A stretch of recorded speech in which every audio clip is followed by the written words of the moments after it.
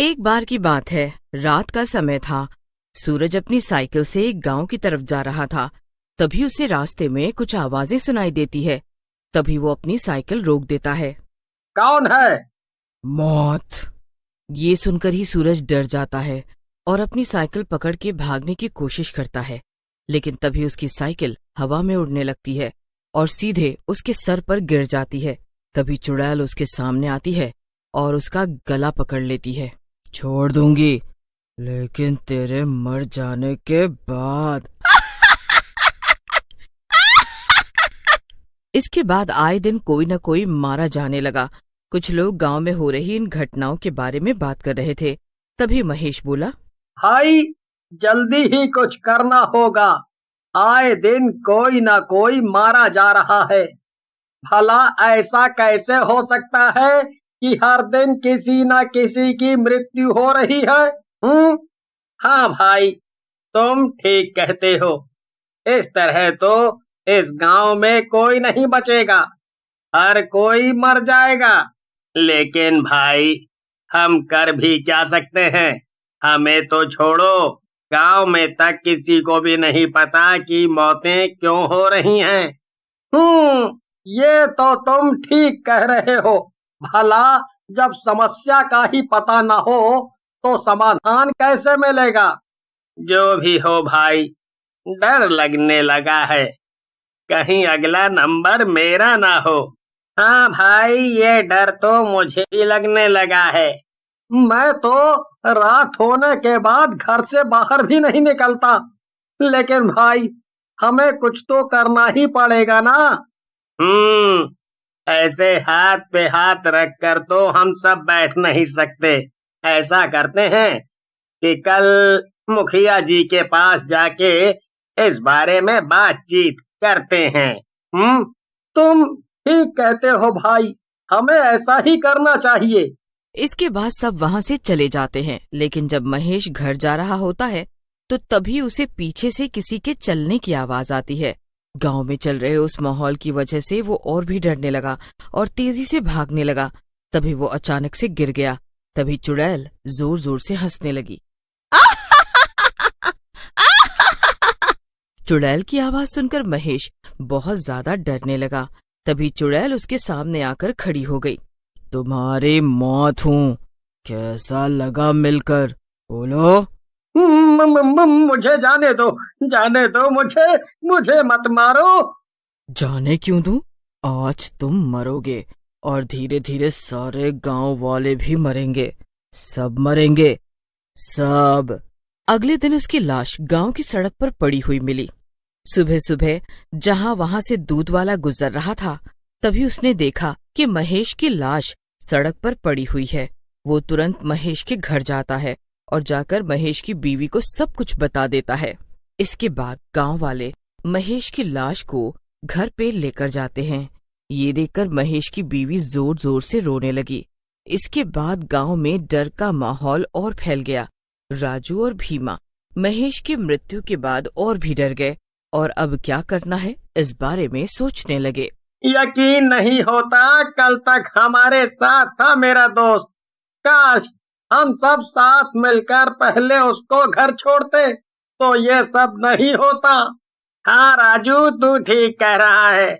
अब और नहीं, चल सरपंच जी से इस बारे में बात करनी ही पड़ेगी। समझ नहीं आता वो अभी तक शांत क्यों है, कुछ कर क्यों नहीं रहे। हाँ भाई, अब और नहीं, हम अभी उनके पास चलेंगे। इसके बाद भीमा और राजू दोनों सरपंच जी के घर पहुंचे। वहां उन्होंने देखा कि सरपंच जी पहले से ही बहुत से लोगों के सामने बैठकर कुछ बात कर रहे हैं। तभी उनको आता देख सरपंच जी उनको अंदर आने को कहते हैं। राजू और भीमा, अच्छा हुआ तुम लोग आ गए। तुम बताओ, तुम्हारे आने का कारण? सरपंच जी, हम गांव में हो रही इन हत्याओं के बारे में बात करने ही आए हैं। कल महेश वो आखिरी बार हमारे साथ ही था, लेकिन अपने घर नहीं पहुंचा। भला कब तक गांव वाले लोग यूं ही मरते रहे? महेश के साथ जो कुछ भी हुआ, उस घटना के बाद हम जानते हैं गांव वाले बहुत डर चुके हैं। इसीलिए हमने सोचा है कि कल से गांव के कुछ लोग मिलकर गांव की रक्षा के लिए रात भर पहरा देंगे। मैं शाम को ही एक बैठक बुलाकर गांव में ऐलान कर दूंगा। इसके बाद राजू और भीमा चले गए। शाम को सरपंच जी ने एक सभा बुलाई और सभी गांव वालों को रात में पहरेदारी करने वाले काम के बारे में बताया। सबको इस बारे में बताकर सरपंच जी वहां से चले गए। रात को गांव के कुछ लोग गांव की पहरेदारी करने के लिए बाहर पहरा देने लगे। तभी हवा का एक झोंका आता है और जोर जोर से हंसने की आवाज आती है। तभी आसपास रखा सामान इधर से उधर उड़ने लगता है। कौन है? कौन है? तुम सबकी मौत। क्यों पड़ी हो हम लोगों के पीछे? ऐसा क्या कर दिया है गांव वालों ने? भला तुम्हारा क्या बिगाड़ा है? तुम्हारे गांव के एक आदमी ने मेरी पूजा भंग करके मेरा बहुत नुकसान किया है, जिसकी कीमत तुम सब भुगतोगे। लेकिन तुम उसकी सजा हमें क्यों दे रही हो? ताकि कोई भी चुड़ैलों के काम में विघ्न डालने से पहले 100 बार सोचे। इसके बाद चुड़ैल उनमें से एक का गला पकड़ के उसे जमीन में गाड़ देती है और दूसरे की गर्दन उखाड़कर फेंक देती है। उनमें से बाकी के 2 लड़के भागने की कोशिश करते हैं, लेकिन तब तक चुड़ैल उन दोनों के सामने आकर, बहुत शौक है ना भागने का, अब भाग। इसके बाद चुड़ैल दोनों के हाथ पैर उखाड़कर गांव के चौराहे पर लटका देती है। अगले दिन जब सभी लोग उठते हैं तो चौराहे पे लटकी लाशों को देखकर सभी डर के मारे सरपंच जी के पास जाते हैं। ये काम पक्का किसी चुड़ैल का है, तभी तो इस तरह लोगों को मार रही है। मैं एक बाबा को जानती हूँ, वो जरूर इस चुड़ैल का साया हमारे गांव से निकाल फेंकेंगे। इसके बाद कमला बाबा को बुलाने उनके आश्रम में जाती है और बाबा को गांव में चल रही सारी घटना के बारे में बताती है और उन्हें अपने साथ चलने को कहती है।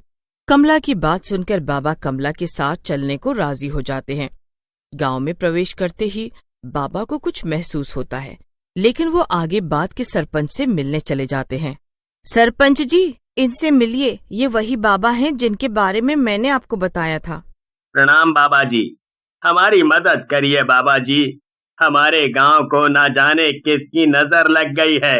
आप चिंता मत करिए, मैं आज ही पता करके आपको बताता हूँ कि मामला क्या है। जिस तरीके से लोगों की जान जा रही है, मैं पता करता हूँ। इसके बाद आधी रात को बाबा एक हवन करने लगते हैं और मंत्र पढ़ने लगते हैं। तभी तेज हवा चलने लगती है, लेकिन हवा की अग्नि को कुछ नहीं होता। मानो उस तेज आंधी का हवन कुंड की अग्नि पर जैसे कोई प्रभाव ही न पड़ रहा हो। एक बार जान क्या बच गई, तुम खुद को मुझसे ज्यादा शक्तिशाली समझने लगे। अरे जाओ, बहुत देखे हैं तुम्हारे जैसे।